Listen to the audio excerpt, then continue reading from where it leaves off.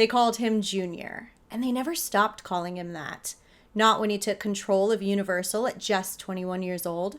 Not when he changed the course of film history. Not when he created Dracula, Frankenstein, the Mummy, the foundation of the Universal monsters we still worship today. And not even when his parents and sister all passed away, leaving him to navigate the world on his own. Junior Laemmle was the young king of Hollywood's first monster empire, but there's so much more to his story. Today, we are stepping into his haunted mind, and I'm going to tell you why he had no choice but to make monster movies. I'm Antonia Carlotta, and this is Universally Me, the channel for all things Universal and classic horror. My family started Universal Studios, they made the Universal monsters, and Junior Laemmle was my cousin.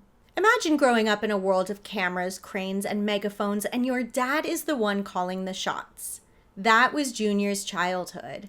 His father, my Uncle Carl Lemley, started Universal in 1912, and he built an entire movie-making city in LA that still stands today. Universal City, to be exact. And Junior grew up in the thick of it. But he wasn't just a Nepo baby, and it wasn't all a happy-go-lucky life. From a young age, Junior was surrounded by high expectations. My Uncle Carl brought over dozens of relatives and friends from Germany. That's part of why everybody called him Uncle Carl. And he gave a lot of them jobs at Universal. So there was family loyalty, but also family pressure. Junior didn't get to be just a kid playing on the backlot. From a young age, he was watching, studying, and absorbing. As a preteen, he was shadowing his father, visiting sets, learning about budgets and finance, and giving notes on scripts. Uncle Carl wasn't just raising a son, he was preparing his successor. Honestly, it can't have been easy. And then add that Junior's mom got sick and died very suddenly of the Spanish flu when he was 11 years old. And whether it's connected or not, around this time, he starts to develop some anxiety and I suspect OCD. At the time, it was most widely talked about that he was a hypochondriac. But honestly, you might be too if you saw your mom get sick and die within a matter of hours. And this darkness, this combination of stress, pressure, grief, and what likely felt like the weight of Universal on his shoulders all led to a fascination with the dark and macabre, with horror.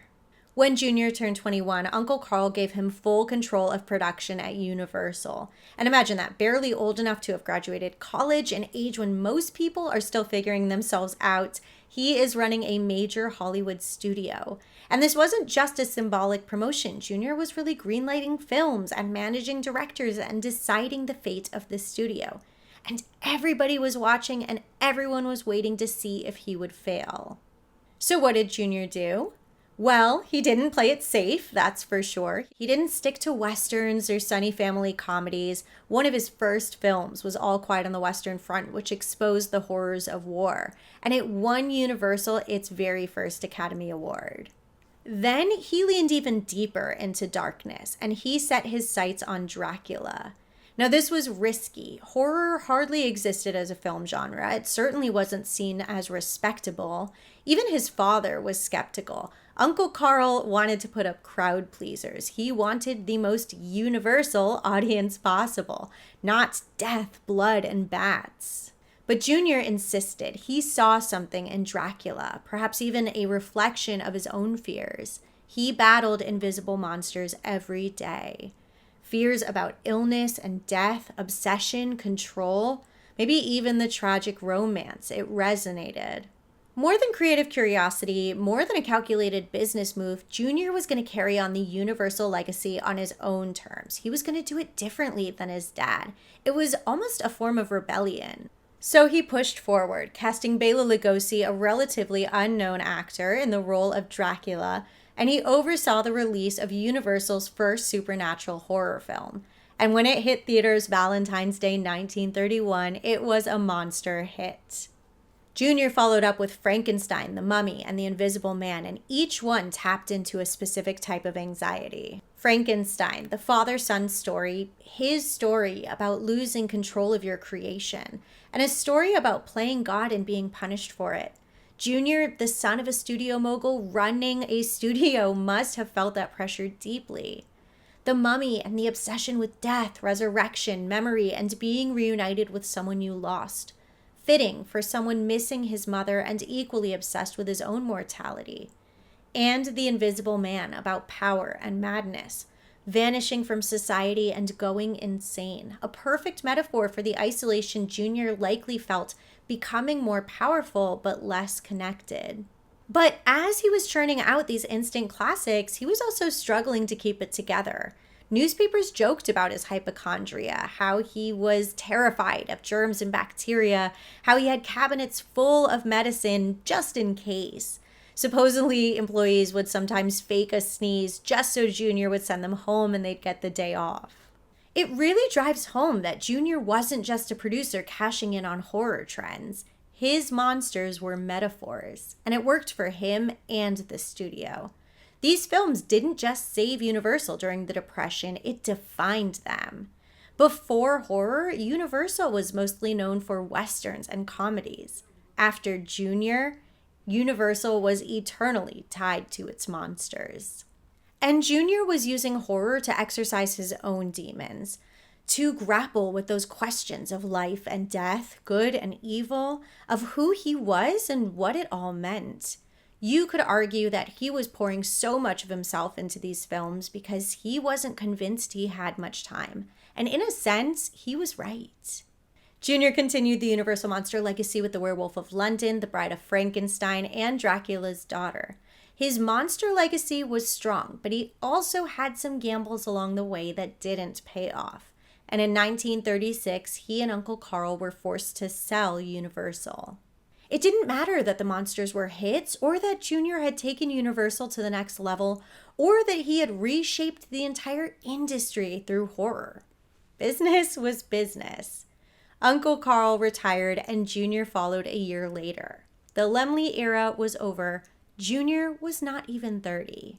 He dabbled in film after, but never fully committed. His dad died in 1939, and World War II, which had been taking a heavy emotional toll on my family, ended in 1945.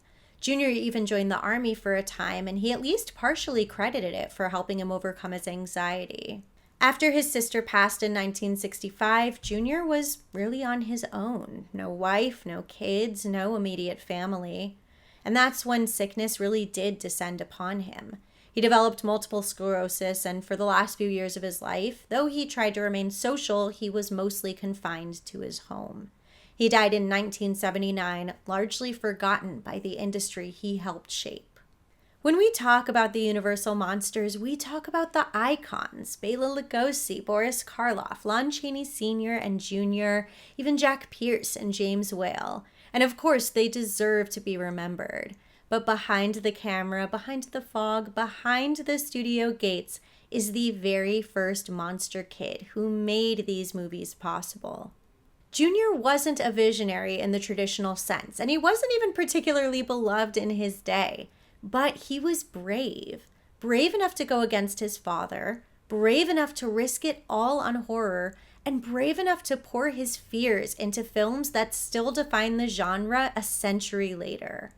Junior's mind was haunted by anxiety, obsession, pressure to live up to the family name, but that's why he was able to capture that lightning in a bottle. That's exactly what horror needed. The monsters were born of fear and pain from somebody who knew what it was like to be different. And that's exactly why Junior was the perfect monster maker, and that's why so many of us still connect today. I want you guys to get vulnerable in the comments. Let me know if you relate to Junior Laemmle. Don't forget, if you like these Universal and classic horror deep dives, to hit the like, subscribe, notification bell. Share this video with somebody who calms their fears by watching the scariest movies you've ever seen. And don't forget, paid members get tons of bonus pictures, videos, and more. And it's a great way to support my work. Thank you so much for watching. Bye.